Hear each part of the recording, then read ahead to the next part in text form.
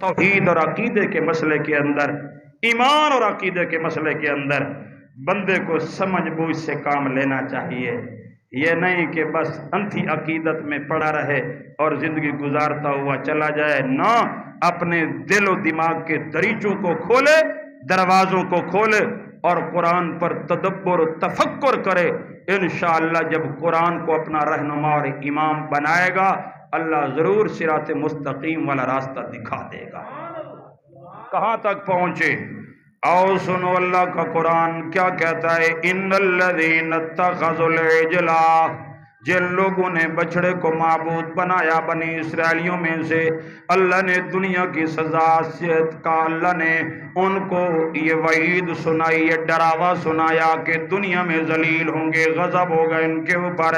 وَكَذَلِكَ نَجْزِي الْمُفْتَرِينَ، اور آگے کیا فرمایا؟ ہاں اسی دنیا کے اندر صحت کی حالت میں سمجھ آ گئی بات تو اللہ فرماتے ہیں والذین عملوا السیئات، قابل غور آیات ہے، ذرا توجہ کرنا، سارے ساتھی توجہ کریں، غور و فکر کے ساتھ بیٹھیں، اپنے دل کے تاکیوں کو اور دروازوں کو کھول کر بیٹھیں، یوں نہ ہو کو قرآن کی آیتیں سروں سے اوپر گزرتی ہوئی چلی جائیں۔ نانا، جب قرآن کی محفل میں بیٹھے ہو تو پوری توجہ کیا کرو، غور و خوف سے اللہ کے قرآن کو سنا کرو۔ یہ اللہ کا قرآن ہے، لا ریب کتاب ہے، اس کی محفل میں بیٹھنا اور سننا بہت بڑی عبادت ہے، بہت بڑا ثواب ہے، بہت بڑا اجر ہے، لیکن بیٹھے ہو غفلت کے اندر بیٹھے ہو، ذہن تمہارا منتشر ہے، کبھی دکان کی طرف، کاروبار کی طرف، جسم یہاں حاضر ہے اور تمہارا ذہن کہیں اور چلا گیا ہے، پھر قرآن تمہارے دل میں اثر کرنے والا نہیں ہے۔ یہ قرآن اسی دل میں جگہ پکڑتا ہے جو دل سلیم ہو، قلب سلیم ہو، جس دل میں انابت ہو، جس دل میں خوف ہو، جس دل میں تقوی ہو، جس دل میں خشیت ہو، جس دل میں رجوع اللہ ہو، جس دل کے اندر اللہ کی محبت ہو، جس دل کے اندر اللہ کا خوف ہو، اللہ کا ڈر ہو، وہاں قرآن جگہ پکڑ لیتا ہے۔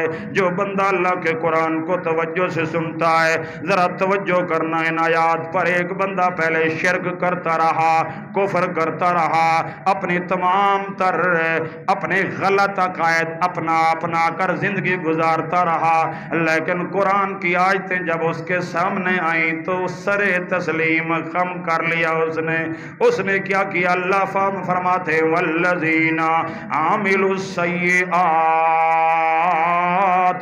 جو لوگ پہلے برے اعمال کے اندر مبتلا رہے، عقائد بھی گندے، اعمال بھی گندے، ثم تابوا من بعدها، پھر سمجھ آنے کے بعد توبہ کر لی۔ کیا کر لی؟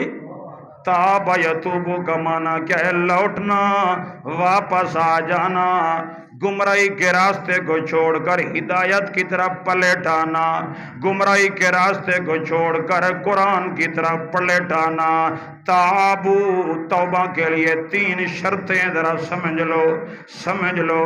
اگر تم نے ایک ایسا گناہ کیا ہے کہ جس گناہ کا تعلق بندے اور اللہ کے ساتھ ہے، یعنی ایسا گناہ کیا ہے جس میں تم نے صرف اللہ کا حق مارا ہے، مخلوق کے حق کی بات نہیں ہو رہی، اللہ کے حکم کی خلاف ورزی کی ہے، اللہ کا حق مارا ہے، اس جرم کی توبہ کے لیے 3 شرطیں ہیں۔ پہلی شرط کیا ہے کہ سب سے پہلے اپنے گناہ کا اعتراف کرے۔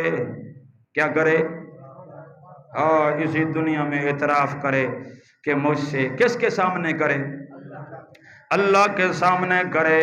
فَاعْتَرَفْنَا بِذُنُوبِنَا، فَاعْتَرَفْنَا بِذُنُوبِنَا، یہ دنیا میں کرے، اے اللہ مجھ سے گناہ سرزد ہو گیا ہے۔